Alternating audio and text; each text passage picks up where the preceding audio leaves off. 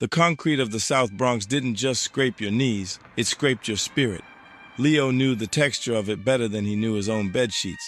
At 17, Leo was a statistic in the making. He wore a hoodie like armor and a scowl like a weapon, blending into the shadows of the 6th train. To the teachers who suspended him and the shopkeepers who chased him, he was just another troubled youth, a liability.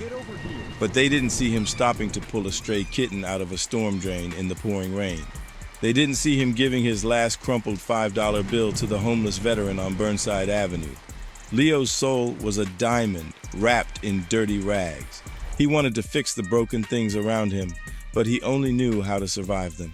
Survival meant running with the wrong crowd. It meant boys like Marcus and Ty, who mistook reckless noise for power. It was a Tuesday night, heavy with humidity, when survival turned into a trap. A simple lookout job at an electronics store turned into shattered glass, screaming alarms, and the flashing blues of the NYPD. Marcus ran.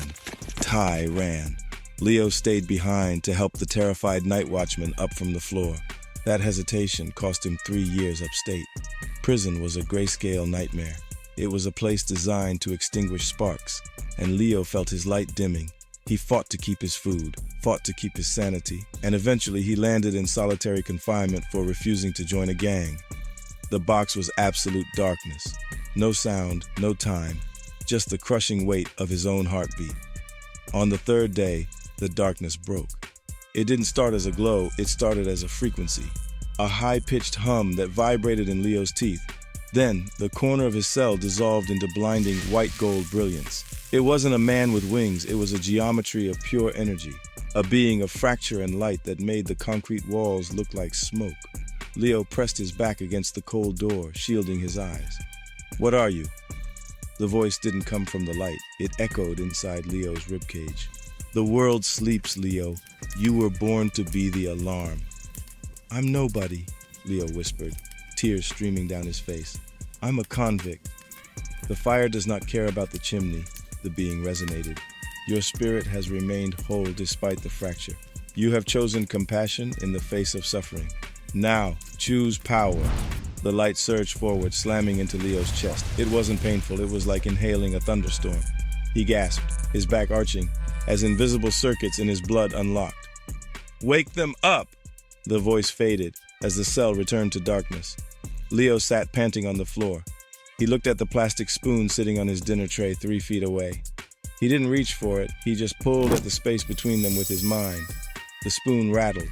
Then, it shot into his hand with a sharp thwack. Leo stared. He focused on the rusted metal toilet in the corner. He imagined it was made of solid gold. He pushed his will onto the atoms. A shimmer passed over the room, and for 10 seconds, the rusted steel gleamed with the lustrous, heavy yellow of 24-karat gold. He wasn't just a prisoner anymore. He was a conduit. When Leo was released 2 years later, he stepped out of the bus at Port Authority a different man. He was 22, silent and terrifyingly calm. New York City was the same, but Leo's vision had changed. He could see things others couldn't. He saw the gray static of despair clinging to people on the subway, but more importantly, he saw the strings. He saw invisible tethers reaching down from the penthouses of Manhattan, from the darkened windows of Wall Street limousines, hooking into the minds of the people. The advertisements, the news tickers, the manufactured outrage, it was all a spell. A dark, heavy magic designed to keep the poor fighting each other while the city was drained dry. The enemy wasn't the police, it wasn't the rival gangs, it was the architects, the ultra-wealthy elites who treated the world like a chessboard and the people like pawns. Leo walked toward Times Square. The massive screens flashed with the face of a media tycoon, a man named Sterling Vance, preaching about safety and austerity. Leo felt the heat rise in his palms. He stood on the corner of 42nd Street, surrounded by tourists. He looked up at the giant screen. Change, he thought. He didn't just break the screen, he rewrote it. The pixels swirled, dissolving Vance's face. In its place, Leo projected a live image of the street itself, holding a mirror up to the crowd. Then, he made the massive text on the news ticker change from "Obey" to "Wake Up." Panic and awe rippled through the crowd.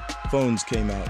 Suddenly, a black SUV screeched to a halt at the curb next to him. The back window rolled down. The man inside wore a suit that cost more than Leo's entire neighborhood. He didn't look surprised. He looked bored. "That was a neat trick, kid," the man said. His eyes were pitch black, devoid of whites. "But we've been waiting for you. The angel didn't tell you the whole story, did it?" Leo didn't run. He clenched his fist, and the tires of the SUV instantly turned into sand, collapsing the vehicle onto its rims. "He told me enough," Leo said, his voice carrying a supernatural resonance that silenced the traffic around them. The man in the car smiled, a sharp, predatory grin. "Then let's see if you can survive the truth." The man snapped his fingers, and the shadows of the skyscrapers detached themselves from the buildings, falling toward Leo like a tidal wave of ink. Leo raised his hands, light gathering in his palms, ready to catch the darkness. The war for the city had just begun.